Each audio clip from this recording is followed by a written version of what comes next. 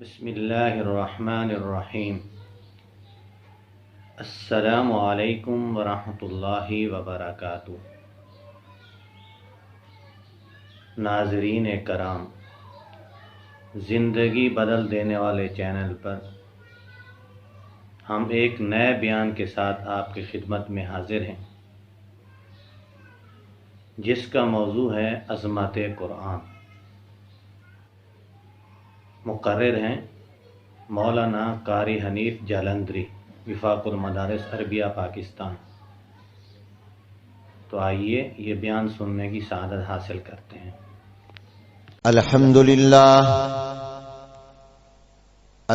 لله نحمده ونستعينه ونستغفره ونؤمن به ونتوكل عليه ونعوذ بالله من شرور أنفسنا ومن سيئات أعمالنا، من يهده الله فلا مضل له ومن يضلله فلا هادي له، ونشهد أن لا إله إلا الله وحده لا شريك له، ونشهد أن سيدنا ونبينا وشفيعنا وحبيبنا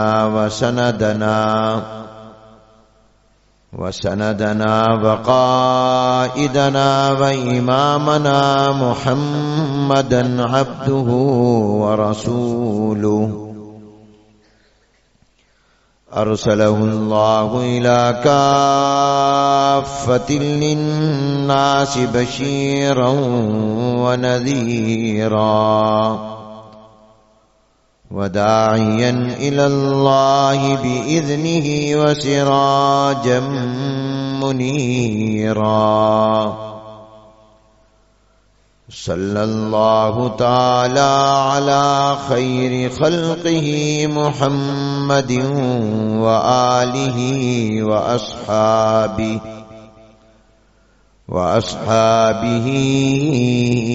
أجمعين. أما بعد، فأعوذ بالله من الشيطان الرجيم. بسم الله الرحمن الرحيم. قل بفضل الله وبرحمته فبذلك فليفرحوا هو خير مما يجمعون. صدق الله العظيم وصدق رسوله النبي الكريم، ونحن على ذلك لمن الشاهدين والشاكرين، والحمد لله رب العالمين. اللهم صل على محمد وعلى آل محمد كما صليت على إبراهيم وعلى آل إبراهيم إنك حميد مجيد. اللهم بارك على محمد وعلى آل محمد كما باركت على إبراهيم وعلى آل إبراهيم إنك حميد مجيد. میرے سامنے کام یہاں کیا ہوتا ہے؟ یہ بچے قرآن کے حافظ بنتے ہیں، قاری بنتے ہیں. میں نے جو آیت مبارکہ پڑھی، میں مبارک دیتا ہوں ان بچوں کو جو حافظ بنے. قرآن کریم میں اللہ نے فرمایا، بسم اللہ الرحمن الرحیم، قل بفضل اللہ وبرحمتہ فبذلک فلیفرحوا هو خیر مما یجمعون. اللہ نے فرمایا کہ جب تمہیں اللہ کا فضل ملے، میرے محبوب فرما دیجئے، آپ فرما دیں بفضل اللہ و برحمتہ، اللہ کے فضل اور اللہ کی رحمت، فبذالک فلیفرحوا، اس کے اوپر چاہیے کہ لوگ خوش ہوں۔ سیاق و سباق دیکھو تو قرآن کا ذکر آ رہا ہے، یا ایھا الناس قد جاءتکم موعظۃ من ربکم وشفاء لما فی الصدور ورحمۃ للمؤمنین قل بفضل اللہ وبرحمتہ، تو پہلے قرآن کا ذکر ہے، قل یا ایھا الناس قد جاءتکم موعظۃ من ربکم وشفاء لما فی الصدور وہدی ورحمۃ للمؤمنین، یہ قرآن کا ذکر آ رہا ہے۔ تو اسی کے آگے فرمایا کہ جب یہ نعمت کسی کو ملے تو اس کو خوشی منانی چاہیے۔ اب آپ دیکھیے کہ اگر اللہ کسی کو قرآن دے دے تو اللہ خود حکم کر رہے ہیں اس پر خوشی مناؤ۔ اب اسی قرآن میں آپ غور کریں، ایک جگہ اللہ خوشی منانے سے روک رہے ہیں، ان قارون کان من قوم موسیٰ فبغى علیہم وآتیناہ من الکنوز ما ان مفاتحہ لتنوء بالعصبة اولي القوة اذ قال له قومه لا تفرح ان اللہ لا يحب الفرحین۔ قارون کو اللہ نے مال و دولت دیا، اتنا مال دیا کہ اس کے خزانے کی چابیاں پوری جماعت اٹھا کر جاتی تھی، خزانے کی چابیاں، خزانہ کتنا ہوگا؟ تو اس سے کہا گیا اس پر تکبر نہ کر، خوشی نہ منا، اللہ خوشی منانے والوں کو پسند نہیں کرتے۔ تو ایک جگہ قرآن میں خوشی منانے سے روکنے کا ذکر ہے، دوسری جگہ خوشی منانے کا حکم ہے، خوشی مناؤ۔ اب فرق کیا ہوا؟ کہاں اللہ نے روکا، کہاں حکم دیا؟ مال و دولت پر خوشی منانے سے روکا، قرآن کی نعمت مل جائے تو اللہ نے خود خوشی منانے کا حکم دیا۔ مال و دولت تو عارضی چیز ہے، اس پر خوشی مناتے ہو جو پتہ نہیں زندگی میں بھی ساتھ رہے نہ رہے، اس قرآن پر خوشی مناؤ جو دنیا میں ساتھ ہے، قبر میں تم بعد میں جاؤ گے، یہ تم سے پہلے پہنچ کر تمہارا استقبال کرے گا، اور آخرت میں تو یہ دکھائے گا کہ اللہ تمہیں بلا کر کہے گا ورتل ورتقی، پڑھتا جا چڑھتا جا، پڑھتا جا چڑھتا جا، جہاں تیرا قرآن ختم ہوگا وہیں تیری منزل ہے۔ اور قرآن کی ہر آیت کے بدلے میں جنت میں ایک عظیم الشان محل ہے، اور ایسا محل کہ دنیا کے محلات اس کا مقابلہ نہیں کر سکتے، اس کے ایک موتی کی چمک۔ اور اللہ حافظ قرآن کو 6666 آیتیں ہیں، اتنے محلات انشاءاللہ دے گا کم وقت میں۔ تو خوشی منانے کا حکم کہاں ہے؟ جب اللہ قرآن دے دے، پیسہ مل جائے، دولت مل جائے، مال، یہ کوئی خوشی کی چیز نہیں۔ خوشی اس پر جو ہمیشہ رہے، جو ختم ہو جانی اس پر کیا خوشی؟ قارون کو منع کیا لا تفرح، اور ادھر حکم دیا قل بفضل اللہ وبرحمتہ فبذالک فلیفرحوا۔ حکیم الاسلام حضرت مولانا قاری محمد طیب صاحب رحمۃ اللہ علیہ فرماتے ہیں کہ جب میں نے قرآن حفظ کیا تو میرے والد حضرت مولانا محمد احمد رحمۃ اللہ علیہ جو دارالعلوم دیوبند کے محتمم تھے، حضرت نانوتوی رحمۃ اللہ علیہ کے بیٹے تھے، قاری طیب صاحب رحمۃ اللہ علیہ فرماتے ہیں جب میں نے قرآن حفظ کیا تو میرے والد نے اس وقت جتنی بڑی دعوت کی اور جتنی خوشی کی، جب میری شادی ہوئی اس وقت اتنی بڑی دعوت نہیں کی اور اتنی خوشی نہیں کی جتنی میرے قرآن کے حافظ ہونے پر۔ اور آج کل ہم کیا کرتے ہیں؟ یہی انہی بچوں کے والدین جب ان کی شادی کریں گے نا، کارڈ چھپائیں گے، شادی ہال بک کرائیں گے، بڑے کھانے کئی لوگوں کو بلائیں گے، حالانکہ شادی کیا ہے؟ شادی تو کوئی خوشی کی چیز نہیں۔ حضرت علی رضی اللہ عنہ نے فرمایا شادی کیا ہے؟ سرور و شہرین، ایک مہینے کا مزہ۔ جس کی شادی ہوئی ہے ان سے پوچھ لو، ایک مہینے کا مزہ، اور اس کے بعد ولزوم مہرین۔ عورت سمجھدار ہو تو وہ کہتی ہے اگلے دن چند دنوں کے بعد میرا مہر لاؤ، اب خامد کو مہر دینا پڑے۔ ہموم و دہرین، ساری زندگی کی فکر اور غم اور ذمہ داری روزانہ بیگم لسٹ نکال کر دے دیتی ہے، اتنے گھی ختم ہو گیا، چاول ختم ہو گئے، لے کر آؤ، سودا نہیں ہے گھر میں، پوری زندگی کی ذمہ داری اور فکر۔ اور فرمایا حضرت علی نے کہ اخیر میں کیا ہوگا؟ قصور ظاہرین، کمر جھک جائے گی. یہ ہے شادی جس کے اوپر اتنا بڑا اجتماع کرتے. تو قاری طیب صاحب فرماتے ہیں میرے والد نے میری شادی پر اتنی بڑی دعوت نہیں کی جتنی بڑی دعوت میرے قرآن کا حافظ ہونے پر، قرآن کا حافظ ہونے پر. یہ قرآن جس کے سینے میں آ جائے وہ اللہ کی بہت بڑی نعمت ہے. اس لیے میرے دوستوں اور بھائیوں، کم از کم اپنے ایک بچے اور بچی کو قرآن کا حافظ بناؤ، دین کا عالم بناؤ. ارادہ کرو، جو کہتے ہیں ہم انشاءاللہ کریں گے، ہاتھ کھڑا کریں، سیدھا ارادہ کرو. کم از کم ایک بیٹے یا بیٹی کو قرآن کا حافظ، قاری اور عالم بناؤ. اور یہ مدارس جو آپ کو قرآن کے حافظ اور قاری اور عالم دیتے ہیں، ان مدرسوں کو مضبوط کرو، ان کو کمزور نہ ہونے دو. یہ مدرسہ دین کی حفاظت کا مرکز ہے، جس حفاظت دین کے لیے حضور علیہ السلام نے کیا فرمایا اور صدیق اکبر نے کیا فرمایا، وہ آئیڈیل ہے ہمارے لیے. یہ مدرسہ دین کو سینے سے لگا کر بیٹھا ہے. تمام گرم ہواؤں، طوفانوں کے باوجود یہ الحمدللہ جوان تھا، جوان ہے اور انشاءاللہ جوان رہے گا. یہ وہ بہار ہے جس پر کبھی خزاں نہیں، یہ اس جوان کا نام ہے جس پر بڑھاپا نہیں. اس مدرسے کو مضبوط کرو، یہ حفاظت دین کا مرکز. اس مدرسے کو مضبوط کرو. یہ مدرسہ اسلام کی عزت اور شان و شوکت کا عنوان ہے. اسلام کی عزت الحمدللہ ان مدارس کی برکت سے. یہ مدرسے ہیں جنہوں نے اپنی زندگی کا مقصد قرآن کو بنایا ہے. یہ اپنے آپ کو آخری وقت تک قرآن اور دین سے وابستہ رکھتے ہیں، اور یہی وہ ہیں جو مجھے اور آپ کو اسلام کا تعارف کرا کر مسلمان بناتے ہیں.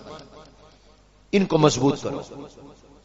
یہ بچے جو قرآن کے حافظ ہوئے، میں ان کو، ان کے والدین کو، خاندان کو، رشتہ داروں کو، علاقے کو، اس مدرسے کو، اساتذہ کو، محتمم کو اور اس کے تمام معاونین کو مبارکباد پیش کرتا ہوں. یہ آپ کے لیے صدقہ جاریہ ہے. یہ بچے جب قرآن پڑھتے ہیں اور جب بھی پڑھیں گے، کوئی نیک کام کرے گا، سب کو ثواب ملے، سب کو ثواب ملے. حضرت مولانا بدر عالم میرٹھی رحمت اللہ علیہ جن کا ذکر آیا تھا، میں ان کا ایک واقعہ یاد آیا. یہ واقعہ حضرت مولانا حکیم محمد اختر صاحب رحمت اللہ علیہ نے اپنی کتاب میں نقل کیا اور ان کو سنایا حضرت مولانا بدر عالم میرٹھی رحمت اللہ علیہ کے بیٹے حضرت مولانا آفتاب صاحب نے، جو مدینہ منورہ میں رہتے ہیں. بیٹے نے اپنے والد کا واقعہ حضرت مولانا حکیم اختر صاحب رحمت اللہ علیہ کو سنایا. کہا کہ میرے والد جب مدینہ منورہ میں فوت ہوئے تو ان کو جنت البقیع میں دفن کیا گیا. اب جنت البقیع میں جو لوگ، اللہ مجھے اور آپ کو مدینے کی موت نصیب فرمائے، آمین کہہ دو. مرنا تو ہے ہی، وہاں گئے ہوئے ہو، موت آ جائے، جنت البقیع میں دفن ہو جائے، حضور کے قدموں میں دفن ہو جائے. میں ابھی گیا عمرے پر، ایک دن حضور کے قدموں کی طرف بیٹھا تھا، قدمین شریف ہیں، تو میں فوراً ایک تو علامہ اقبال، کیا علامہ اقبال مرحوم، اللہ اس کی قبر کو منور کرے، اس میں بھی عشق رسول بہت تھا. کیا پیارا شعر اس نے کہا، مجھے یاد آ گیا، میں وہاں بیٹھا یہی پڑھتا رہا. تیری معراج کہ تو لوح و قلم تک پہنچا، میری معراج کہ میں تیرے قدم تک پہنچا. تیری معراج کہ تو لوح و قلم تک پہنچا، میری معراج کہ میں تیرے قدم تک پہنچا. تو وہاں قدمین شریفین میں بیٹھے ہوئے میرے دل میں آیا کہ سامنے جنت البقیع ہے، حضور کے سر مبارک کی طرف ریاض الجنہ ہے. تو میرے دل میں خیال آیا، میں نے کہا دیکھو اللہ نے ہمارے نبی کو کیا اونچا مقام، نبی تو اعلیٰ ہے ہی، اللہ نے میرے نبی کے سر کی طرف بھی جنت رکھ دی، پاؤں کی طرف بھی جنت رکھ دی. سر کی طرف ریاض الجنہ، حضور نے فرمایا ما بین بیتی و منبری، اور پاؤں کی طرف جو قبرستان وہ جنت البقیع، تو ادھر بھی جنت ادھر بھی، اور یہ درمیان کا حصہ کیا ہے، حضور کا روضہ مبارک، یہ بھی جنت کا ٹکڑا. آپ نے فرمایا میرے گھر، اور یہ حضور کا گھر تھا اور یہی روضہ مبارک بن گیا. تو بلکہ آپ کے تو جسم مبارک کے ساتھ جو مٹی لگی ہوئی ہے وہ مٹی کا درجہ اللہ کے عرش سے زیادہ ہے، کیونکہ وہاں نسبت ہے، یہاں اتصال ہے۔ تو ایک میرے دل میں یہ خیال بھی آیا، میں نے کہا یہ جنت البقیع میں صحابہ کرام کی بڑی تعداد آرام فرما ہے، یہ وہ صحابہ ہیں جنہوں نے مکے میں حضور کے ہاتھ میں ہاتھ دیا اور مدینے میں آ کر حضور کے قدموں میں جان دے دی، وہاں ہاتھ میں ہاتھ دیا، بیعت کی، غلامی قبول کی۔ حضور نے مکہ چھوڑا تو انہوں نے بھی چھوڑ دیا، مدینے آ گئے اور مدینے آ کر حضور کے قدموں میں سو گئے، جان دے دی۔ تو دعا کرو اللہ ہم سب کو مدینے کی موت نصیب فرمائے، آمین کہہ دو، جنت البقیع میں دفن ہونا نصیب فرمائے۔ تو وہ فرماتے مولانا آفتاب عالم کہ میرے والد مولانا بدر عالم میرٹھی رحمت اللہ علیہ کا جب انتقال جنت البقیع میں دفن کیا گیا، 6 مہینے ہو گئے تھے ان کو فوت ہوئے اور ان کو دفن کیے، 6 مہینے کے بعد ان جنت البقیع پر جو ذمہ دار لوگ ہیں حکومت سعودیہ کے، انہوں نے میرے والد کی قبر کو کھولا اور بند کر دیا، پھر 6 ماہ کے بعد کھولا، پھر بند کر دیا، پھر 6 ماہ کے بعد کھولا، بند کر دیا۔ کیوں کہ ان کا معمول یہ ہے کہ اگر کوئی دفن جب کرتے ہیں جنت البقیع میں 6 ماہ تک تو وہ اس کی قبر کو کچھ نہیں کہتے، 6 ماہ کے بعد کھولتے ہیں، اس میں کوئی ہڈیاں وغیرہ ہوں ان کو اکٹھا کر لیتے ہیں، محفوظ کر لیتے ہیں، اور اس قبر کی جگہ پر خالی کر کے پھر دوسری میت کو، کیونکہ وہاں روزانہ جنازے ہوتے ہیں، لوگ ہوتے ہیں، اب قبرستان تو اتنا بڑا نہیں ہے، تو اس لیے پھر وہ اسی جگہ پر اور ایک کو دفن کرتے ہیں۔ 6 ماہ انتظار کرتے ہیں، 6 ماہ کے بعد کہا، لیکن میرے والد کی قبر انہوں نے کھولی، 6 ماہ کے بعد بند کر دی، پھر 6 ماہ بعد کھولی، بند کر دی، پھر 6 ماہ بعد کھولی، بند کر دی، 1.5 سال تقریباً ہو گیا۔ ان سے پوچھا گیا کیوں؟ انہوں نے کہا کہ ہم نے جب ان کی قبر کو کھولا ہر 6 مہینے کے بعد تو ان کا جسم بھی تر و تازہ، ان کا کفن بھی میلا نہیں ہوا، جسم بھی تر و تازہ اور کفن بھی میلا نہیں۔ تو مولانا آفتاب عالم جو بیٹے ہیں وہ فرماتے ہیں میرے دل میں آیا کہ میں سوچوں میرے والد کو اللہ نے یہ مقام کس وجہ سے دیا، ایسے تو اللہ جانتا ہے، میں نے اپنے علم کے مطابق سوچنا شروع کیا تو میرے دل میں یہ آیا کہ میرے والد کا ایک ایسا عمل تھا جو بہت عظیم تھا کہ میرے والد قرآن تو قرآن، حافظ قرآن کی طرف بھی پاؤں نہیں کرتے تھے، قرآن کی تو عزت کرتے ہی تھے، حافظ قرآن کی بھی عزت کرتے تھے، جس کے سینے میں قرآن ہے یہ اس کی طرف بھی پاؤں نہیں کرتے تھے کہ اس کے سینے میں اللہ کا کلام، کہا اس قرآن کے ادب کی وجہ سے میرے والد کو اللہ نے شاید یہ مقام دیا۔